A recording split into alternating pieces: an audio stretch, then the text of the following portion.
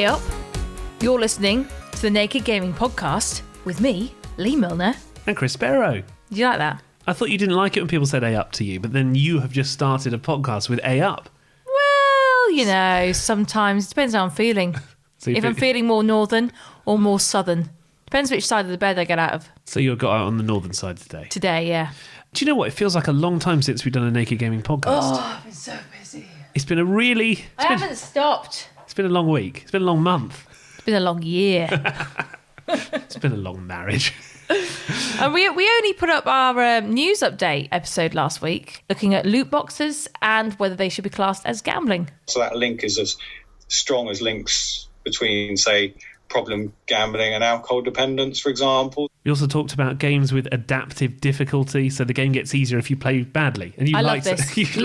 This so much. I would complete so many more games if I had this. If the game just rolled over and let you through. I'm still stuck on like the same freaking level on Little Nightmares 2. This month, I'm reviewing Oddworld Soulstorm. The story of Abe's Odyssey from 1997 continues. we've got a review of a new game from the developers of Final Fantasy, and in a huge departure from that original series, they've got this new one called Fantasian. It's really the same title. Well done. And Alex Rhodes has this year's BAFTA Games Award winners, but also because it was WrestleMania not so long ago, he's been donning his spandex. Blech. Sorry. That's a nice noise. It's just, I don't know what came over me Automatic then. response. In our simulator of the month. The American dream, Dusty Rhodes, baby. Ric Flair, you done put hard times on me. Dusty Rhodes. Watch out, because I will be doing more bad impressions of wrestlers as this goes on. Oh, because you become a crazy plant lady as well, as we have mentioned before, and our house is overflowing with vegetation, I tried as hard as I could to become a plant enthusiast by playing Plants vs. Zombies: The Battle for Neighbourville, which has just come out on the Switch. There's nothing wrong with a bit of foliage. If you say so. You can subscribe and get our latest updates immediately to your phone or wherever you listen. And also, if you could give us a review, that would be really helpful.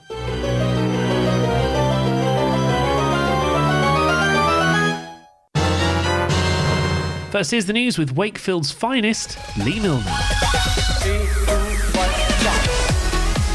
The biggest conference in gaming, E3, is going ahead this year after it was cancelled in 2020 because of the coronavirus pandemic. The Electronic Entertainment Expo is usually a place for publishers to announce their newest games. This time, it's going online, and it's free for everyone to attend. Nintendo, Xbox, Konami, and Ubisoft are just some of the developers that have agreed to take part. Curse me, barnacles. Time Splitters 2 is a PlayStation 2 classic, and fans have been asking for a remastered version for years. Well, the wait is over. Recently, one game developer managed to hide a playable version of Time Splitters 2 in Homefront: The Revolution on an in-game arcade machine. The only problem is that he'd forgotten the unlock code. Luckily, an old friend of his remembered, and due to the power of the internet, you can now find it with a quick Google. An unopened copy of Nintendo's Super Mario Bros. Has broken the record for the most expensive video game ever sold.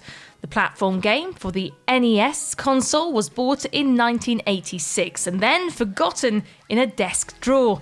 It sold at auction in Dallas for over $660,000. That's a lot of gold coins. Yahoo! And this amused us this month. A game we're reviewing later on in the podcast, Crash Bandicoot On the Run, was released and then immediately had an update on the App Store. If you read the update description, it said it was because of fixes for crashes. Yeah, it should have said fixes for crashes. Thank you so much, Lee Milner there with the news. Stop kidding around. Snake? So last month we promised you a roundup of the 2021 BAFTA Games Awards. And what better man to walk us through it than the award-winning Alex Rhodes. What award did he win, I hear you ask? I didn't ask anything. Well, I'll tell you. At fourth place in the Year 5 100 metres sack race. Sack race? Yeah. It's back in school, 2007. We're calling him our very own sack boy. That's just wrong. Let's start with the big announcement. Hades has won Best Game at the 2021 BAFTA Games Awards. It's a Greek god and goddess-themed roguelike where you try and escape from hell by hacking your way through randomly generated dungeons. Sounds like fun for all the family, really. It also won 5 other awards, including game design, which is good because we rated it very highly on this podcast because we have exceptional taste. Well done, everyone. Time for the main event. Fans voted for The Last of Us Part 2 as Game of the Year, but after being nominated for a record 13 awards, it only won 3. I know you wish things were different. Sony's accountants will be very happy as PlayStation exclusive games from Ghosts of Tsushima to Spider-Man Miles Morales took away nearly half of all the awards on offer. He is a storm made of flesh. And Sackboy: A Big Adventure, a game named after my award-winning performance in 2007, won Best British Game. Sackboy. You can find the full list of winners on BAFTA.org, but with such an in-depth analysis from me, you barely need to. And if you're listening BAFTA, obviously your email asking me to host the ceremony was lost in cyberspace, but I'm happy to do it for you next year at great expense, of course. Or maybe you can just get me a PlayStation 5. Either or, I'm easy.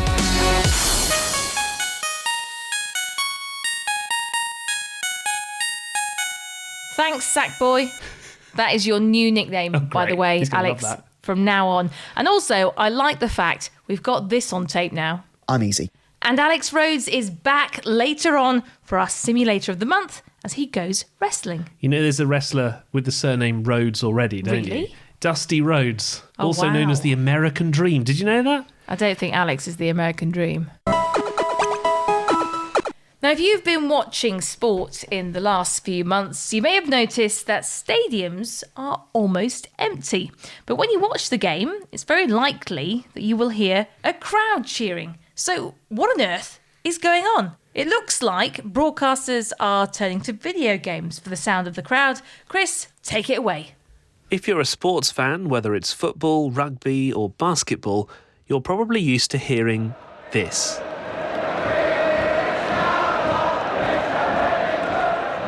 Crowd singing at a Derby County versus Arsenal game. But due to the coronavirus pandemic, crowds at big sporting events around the world have been restricted. Very often the biggest competitions have been taking place in empty stadiums. So to avoid an awkward silence when your favourite player scores a goal, big broadcasters covering the Premier League and La Liga have turned to crowd noises made by video game developers. The hugely popular football game FIFA has been recording crowd sounds for years, and they have an archive of thousands at their fingertips. So how are those sounds used in real games? Paul Beckler is an audio engineer with EA. It's kind of controversial at times. And it's not something that I think most people thought they wanted or thought they would have enjoyed. I think a pretty common comment that I tend to come across online was like, I didn't want to like it, but I actually kind of like it. I don't think any supporter wants to be distilled to sound bites, and that's really not what we're trying to do. It's just trying to bring back some of that audio experience to the match. We're not trying to replace supporters or anything like that. So how much of a difference does it make? We saw a bunch of data that said that, viewership times had almost doubled with having supported crowd audio than without. Viewership times increases on match, and more people actually stay on a feed with crowd audio than away from it. So even though I think there's always going to be some people that are, against it, really what I think gave us confidence when we were making the system is that we were told it was almost all the time going to be an option, that at the end of the day, most viewers are going to have the ability to choose whether they want to hear it with or without. So to me, that's what makes it kind of a unanimous win. And I guess it's not automated. There's a director there who presses the buttons. The person performing this sort of audio support just has to worry about kind of an overall intensity of the crowd. But because we had been curating this library of thousands and thousands of hours of football recordings that are really high quality, it really was just a matter of us being like, okay, let's take what we have, let's just move it over to a new system that they can play back. Was it difficult to make crowds sound different? Yeah, they sound entirely different. That's something that has been really fun for me to try and create that unique sound of different clubs. And I think that's something we really kind of pride ourselves on, is we want each club to feel unique, especially as as sound people working on this game, we want it to feel different when you play as, Manchester City versus Manchester United, because we know that's a big deal. We can't just paint this all with the same brush. It's never going to sound as good as real fans in a stadium or in an arena. It's not what it's trying to do. It's just trying to give us some sense of that quality. It's not just the director, though, sitting in the box that has all the power. For some sports, you can press the button from the comfort of your own sofa. One app that allows you to influence the virtual crowd is called Remote Cheerer. The company's based in Japan, and Tanya Parshina is from the team. The application has already been used in more than 300 matches over the last half year, with more than 100 million cheers sent. For soccer, fans went wild tapping support when goals were scored for their favorite club. In baseball, fans tapped a cheering bat to encourage players in the batter's box and sent big cheers for home runs and such, giving fans the power of choice. From the NFL in America to soccer in South Africa, sounds from video games and apps are also becoming more and more popular as people get used to supporting their teams in a global pandemic, no matter where they are in the world. How amazing is that? So do you That's prefer... amazing. Because we watched The Six Nations with fake crowd noise. I love it. I prefer it. Well, it's better than silence. Some people whinge then, they go, no, it's not real, I want the silence. And I think... No, I'm all for that. And to actually find out how it all works is fascinating. Power up. This is the Naked Gaming Podcast with Chris Barrow and me, Lee Milner. Now, we saw your parents the other day and found loads of your old PlayStation 1 games. Now, I remember when we played your PlayStation 1 that I used to play a game called Destruction Derby. And I loved it. And you raced around the track and smashed up other cars. And so I started thinking, having played the PlayStation 1 with you, is there a game nowadays that's like a remake of that? And I actually found one called Wreckfest. Oh, wow. Which is basically the spiritual successor of Destruction Derby. I've been playing that loads and you enjoyed it as well. Yeah, I did. I liked it. And then your game this month, as we turn our eyes to kind of new reviews, is a game from your childhood, from the PlayStation 1, that they've made a continuation of. This is the Abe's Odyssey saga. This new one's called Oddworld Soulstorm. Damn it, there is no Abe guy. There is no uprising. We know this because never in history has a Mudakin beaten a Gluckin ever. Right, over to you then for this review. So you played the original, you're kind of an alien walking about, and you've got to save all the other... Mudokons. Sounds like a band. Mudokons. Okay, so what's it like then, this new game? It is fairly similar to the first game. So it's a 2D side-scrolling platform game. However, I've got to say, the graphics on this one are much, much better. Like 1,000 times better. That's a lot better. No, really. And in this game, Abe, who's the main character, returns to save his fellow Mudokons from slave labour. Now, one of the game's new features is that he can loot things. So he can go and loot lockers and grab mines or flammable liquid to kill his enemies, which is a lot of fun.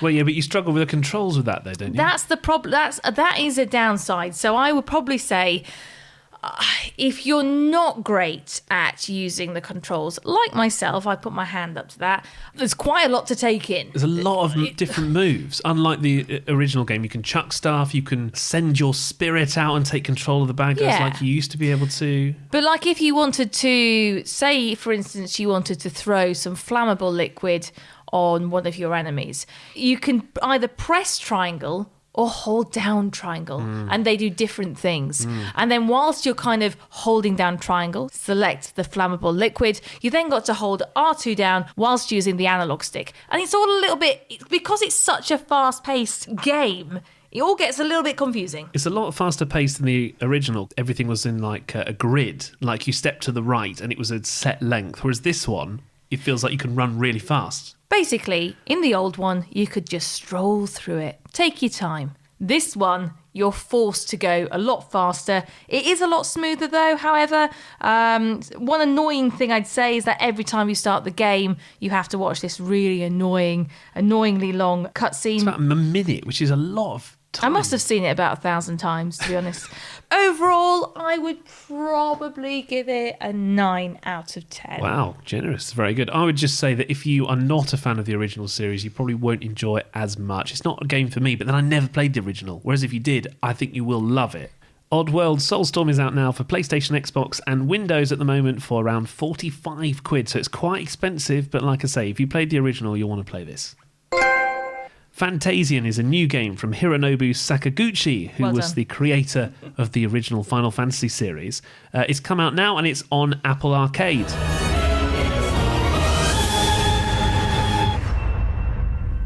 Our friend Tony Fisher, who reviewed the launch of Apple Arcade for us not so long ago, has been playing it with his son Ollie. So what do they think? Hi Chris, hi Lee, and I tell you, we're very excited to be back on the Naked Gaming podcast. It's Tony here with my son Ollie. Ols, first of all, mate, what do you know about Final Fantasy? Because you and I played it a little bit, didn't we? A little bit of it on the iPad. Well, I know it's kind of like an anime, that type of game. Okay, let's see how we get on. So we're going to click into it. It's called Fantasian. That's the one we're looking at. Let's see how we get on. It didn't take that long to load, which is... Oh, there we go. Apple Arcade logo on. There we are. There we go. We're in. Ooh, look at these graphics. Is this like a stop motion thing? I think it is a stop motion, yeah. Yeah, it looks like it. Yeah, it does. Beautiful. New game or config? Let's just go with new game. Okay. Because I don't know what config means. No, me neither. Okay. If in doubt, just press next. I know it's early doors here, but these are better graphics than anything else we've seen on an Apple Arcade game. Yeah, definitely. But here we go, Fantasian. This reminds me of Star Wars. Straight away. Definitely reminds me of Star Wars. What's going on? You should use your skills. One may target multiple... enemies. Okay. Nice. So we just got to basically get all these guys, have we?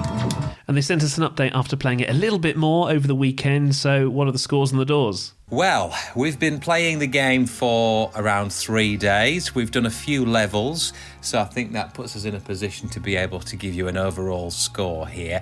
So, first of all, game in general, Ols, as a playing experience, how many out of 5 would you give it? Well, I would say about a 3.5 out of 5, something like that. Okay, 3.5. As far as graphics are concerned, how many out of 5 there? I mean, I would say about a 2, but this is just because with the models in the background and the animation as a character, it doesn't really suit it. Right, got you. Yeah, because what happens with this is it's very much built around models, which is minded a lot of Trubberbrook, didn't it? Yeah, which we played.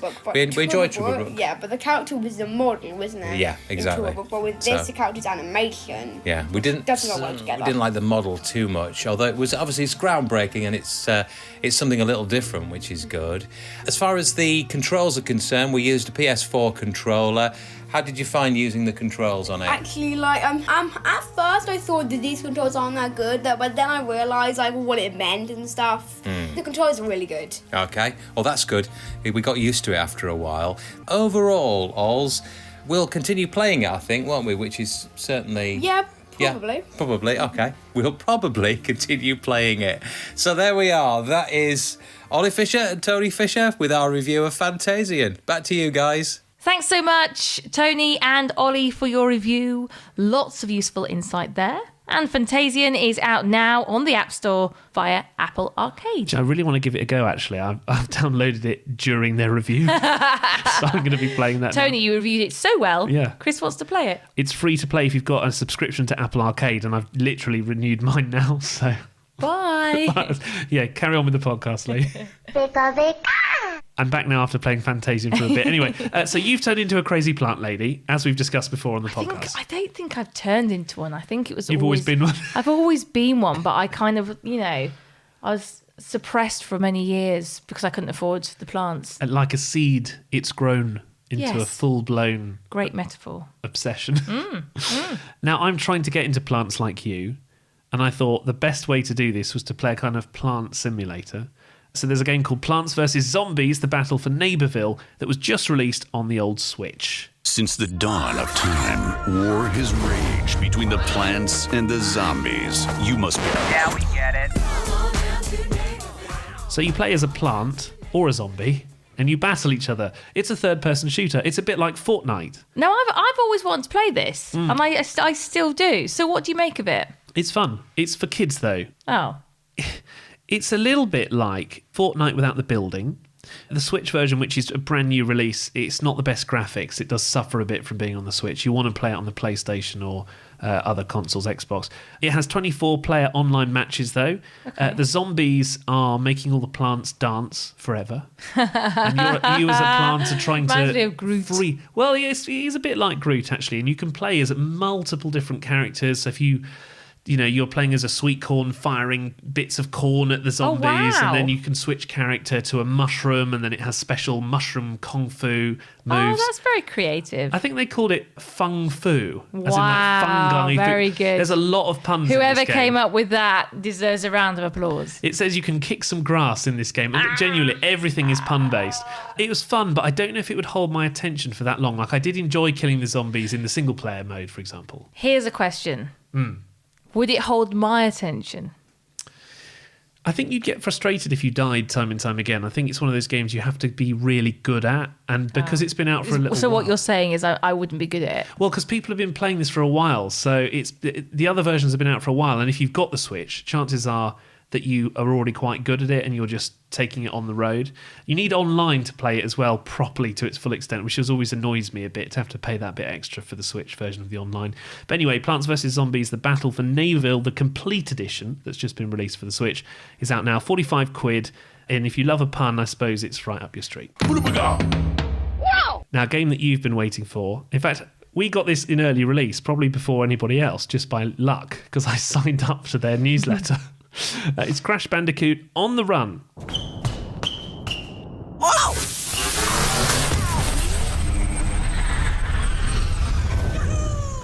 Now, you've been playing loads of these runner games recently. You did Santa Runner in our Christmas special. Do you remember that? Don't remind me.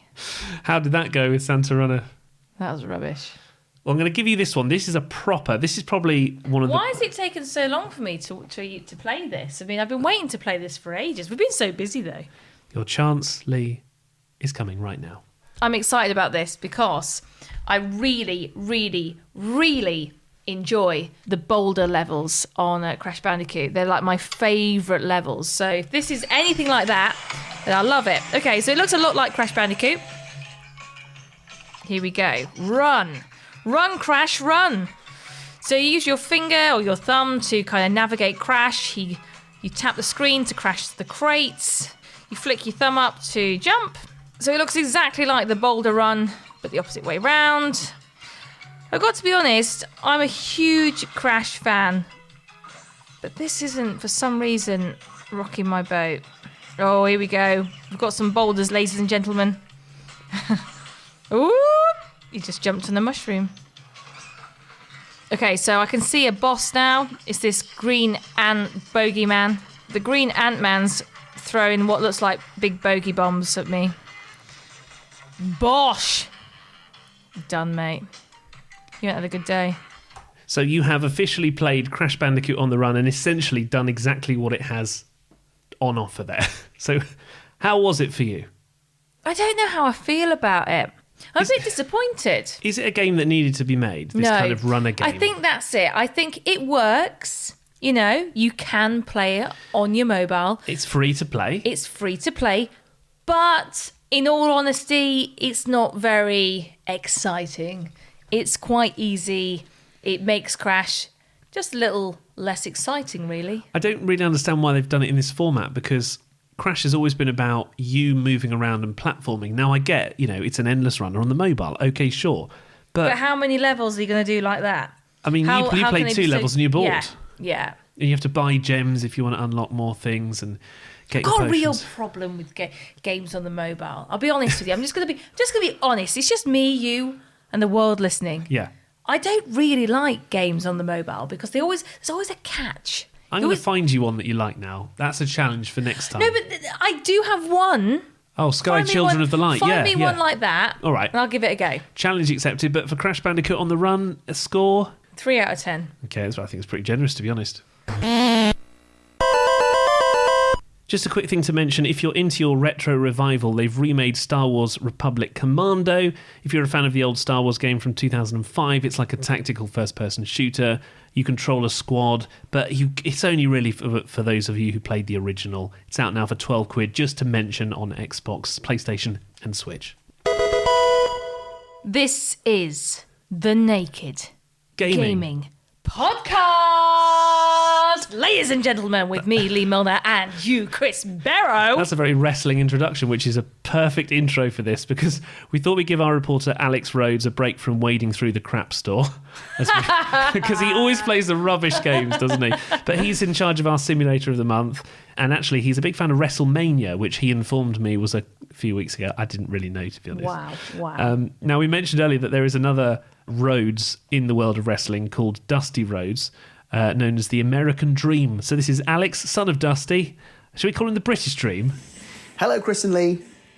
It's Alex here. You can probably hear the sound of some general butt rock going on in the background. That's because I'm playing a wrestling game, and that is the official theme to any wrestling game. General kind of butt rock. It was WrestleMania a couple of weeks ago, so I thought, you know what, let's play a wrestling game. I love a bit of wrestling, me. So I thought, I'll go on the PlayStation Now, see which ones they've got on there. They had WWE 2K18 and 19. I thought, let's give 19 a go. You probably heard of WWE 2K20 because it was kind of infamous for being basically a buggy mess that just doesn't work and still doesn't work very well. So hopefully this one's a bit better. So I've set up a ladder match. I'm playing as the Heartbreak Kid, Shawn Michaels, my favourite wrestler. I'm competing against Edge, who was in actually the main event of WrestleMania this year. Roderick Strong, who's one of the sort of newer crop, and Goldust as well, who is the son of Dusty Rhodes, a legendary wrestler, and also no relation to me. The American Dream, Dusty Rhodes, baby. Ric Flair, you done put hard times on me. Dusty Rhodes. Watch out, because I will be doing more bad impressions of wrestlers as this goes on. Now, I don't really know the buttons at the moment. I'm kind of on the ground and everyone's taking it in turns to stomp on me. If you're not au fait with the rules of wrestling, then a ladder match is basically there are a couple of ladders outside the ring and there is a title above the ring. So you get you just have to get the ladder inside, stack it up, climb up the ladder, get the title before anyone else does. So yeah, you can pick, you know, if you watched in the 90s, in the Attitude Era, you could pick Stone Cold Steve Austin. Stone Cold Steve Austin, give me a hell yeah. Stone Cold's probably my best wrestling impression. So yeah, you can get other legends as well. I think I saw Macho Man. My Macho Man's not very good, but I'm going to give it a go. Are you ready? Macho Man, oh yeah. Cream of the crop, baby, oh yeah. What do you think of that? Needs a bit of work, doesn't it? That's just sort of... That's when you ask people to do an impression of a wrestler, they basically do some kind of version of Macho Man Randy Savage, because he's like the classic 80s wrestler. Or Hulk Hogan. What you gonna do, brother, when Hulkamania run wild on you? Right, okay, I'm trying to focus on... I've got to focus now. Come on. Push the ladder over. Push it over. Me and Goldust... Oh, Goldust is just up there. Goldust has done it. Well done, Edge. Great. Well, Goldust has beaten us all because we couldn't put aside our differences. Well, that was disappointing. The controls aren't exactly intuitive, I must say. But this is my first kind of go with it, so maybe it's a bit obvious as you go on. I did actually look at getting I pressed start and it said, oh, there's a tutorial. But when you click that option, it just says, for the full tutorial, go online. Cheers, thanks for that. So there you go. I'd probably give it 2 stars. 2 out of 5 stars. Not very good. Before I go, I'm going to do one last wrestling impression. This is Andre the Giant. That's my Andre the Giant. Right, I'm going to go now because these are just getting worse, aren't they? Alex Rhodes with all of his impressions there. We're calling him the British Dream because he simply is. Thank you, Alex. I'm easy. So next up on the Naked Gaming Podcast, Dr. Chris Smith from the Naked Scientists has got hold of a revolution in computer gaming. Well, Chris and Lee, in my hand I am holding a time machine, believe it or not. This has the power to transport the bearer back to the heady days of the early 1980s. It's in fact the book Acorn, A World in Pixels, and I guarantee it will connect early adopters of the home computer revolution back to their roots in the BBC microcomputer era. This documents the story of the machine that was conceived in Cambridge, where I am, and totally dominated the UK tech scene for the best part of a decade. I can personally remember saving up £400 of my pocket money, which was a hell of a lot of money then, to come to the Cambridge Computer Store and buy a BBC microcomputer Model B. I recall being totally overawed by the dizzying memory punch that it packs, some 32K of RAM, can you believe it? And the fact that the software only took about 10 minutes to load from a cassette tape. But this marvellous machine documented in this book did spawn a huge panoply of magazines, fan clubs, and of course some spectacularly good games. That's why we're talking about this. This is the Naked Gaming Podcast, after all. And the foremost game, of course, was Elite, which is still being reincarnated even today as Elite Dangerous. That's the standout. But also, you'll remember games like Ghouls, which played Jizu Joy of Man's Desiring as it took another 15 years to load. There was Frack, which someone hacked so that the game's title became a lot less polite when you loaded it. And then there was that game Planetoid, and also Cylon Attack. I could go on. Well, now you can relive all those golden moments all over again in this book, as well as learn about the people who designed, wrote and published that software, which was often invisible at the time. And that was the eye-opening thing. When I read this, I did read it cover to cover, and I had quite a few James Bond moments of realisation too as I did so. You know that thing where you watch a James Bond film and you spot all these innuendos and in-jokes that went sailing straight over an 8-year-old's head. Suddenly, when I read this book and remembered those games with over-energetic characters called Mr. E and Mr. Whiz, it all took on a very different meaning. It's a nice book, it's a hardback, and I did genuinely enjoy reading it and seeing the screenshots of all of those games that had absorbed so many hours of my early life, as well as learning the backstory for each of them. It did make for a wonderfully nostalgic bedtime read, but do be warned, my one criticism, you are going to need eyesight more powerful than the Hubble Space Telescope to read this. The font size is absolutely minuscule, which is not good for people who are turning into ageing computer geeks like me. And also, the colour choices in some places have me wondering whether Mr. E was actually also involved in the design on here. I think the BBC term would be Mode 4. But for the sheer bliss of being transported back to those crappy chunky graphics days, as well as terrible sounds and games that took 5 light years to load, this is definitely worth it. So go on, make your dad very happy and buy him a copy. Chris Smith, and that book called Acorn, A World in Pixels is out now. Peel's here. Just a couple of quick comments from our friends over on Twitter before we end the podcast this month. And Dawn says, I love this podcast. Oh, thanks, Dawn. There's more. Although that will do us. She says, will you do a podcast on Oculus? It looks amazing. Although I think I'd look a bit ridiculous wearing it when I'm playing as an underground wizard. So Oculus is the big headset thing. Yeah. We could, if they send us one, we're happy to. No, we will once we get one, 100% for sure. Pluto also says, I've been gaming recently. I've gone back to try a game called Surviving Mars. Oh, okay. After some new developers picked it up after a year of nothing on that front. So that's interesting. We might check that one out. I haven't heard of that one, actually. Neither have I. We'll check it out. Thank you for that. In fact, Pluto, I'm gonna give you a proposition here. Why don't you do a little mini review for us? Yeah. Just get in touch, drop us an email, we'll get chatting, and maybe you can do a review, because I haven't actually heard of this game before. Send us a message. We will check it out. Also, we got one in from The Windy, who says, I'm replaying Resident Evil 7, hyping myself up for Resident Evil Village. And Village is coming soon. We're going to do that in our next podcast, actually. So you can do some playing through of a zombie being scared. Nice one. We love that. One more message from Tip Top Cat, also known as Mike, who says, do you think that the UK dealers will ever get stocks of the PlayStation 5 before Sony launches the PlayStation 6? Probably not. No. I'm genuinely given up. I can't be bothered. I tried for months. Isn't it sad though? Can't be bothered. It's just, I don't know. I'm a little disappointed in PlayStation because it's a shocker. Surely they would have thought in a pandemic that there would be, more demand for it. The problem is now that they haven't ordered enough chips because they thought that by now demand would be less. So now there's a shortage because they haven't ordered enough internal bits for the PlayStation. I've never known anything like it. Did a whole episode on this if you check it out on our podcast feed. Why is there a shortage of PlayStation 5s? We have some of the answers for you there. Also, can I just say thanks. Thanks so much to Podcast Radio for playing 15 of our most recent episodes. That's a lot, isn't it? And twice a day. I know. Well, we'll be back on the 1st of May with another Monkey Island disc. Oh, yeah, this is Louise Blaine from BBC Radio 3's Sound of Gaming show. They go through like the soundtracks to all the video games that are brand new releases. It's so interesting. And she is a huge fan of Assassin's Creed. She loves it a bit too much.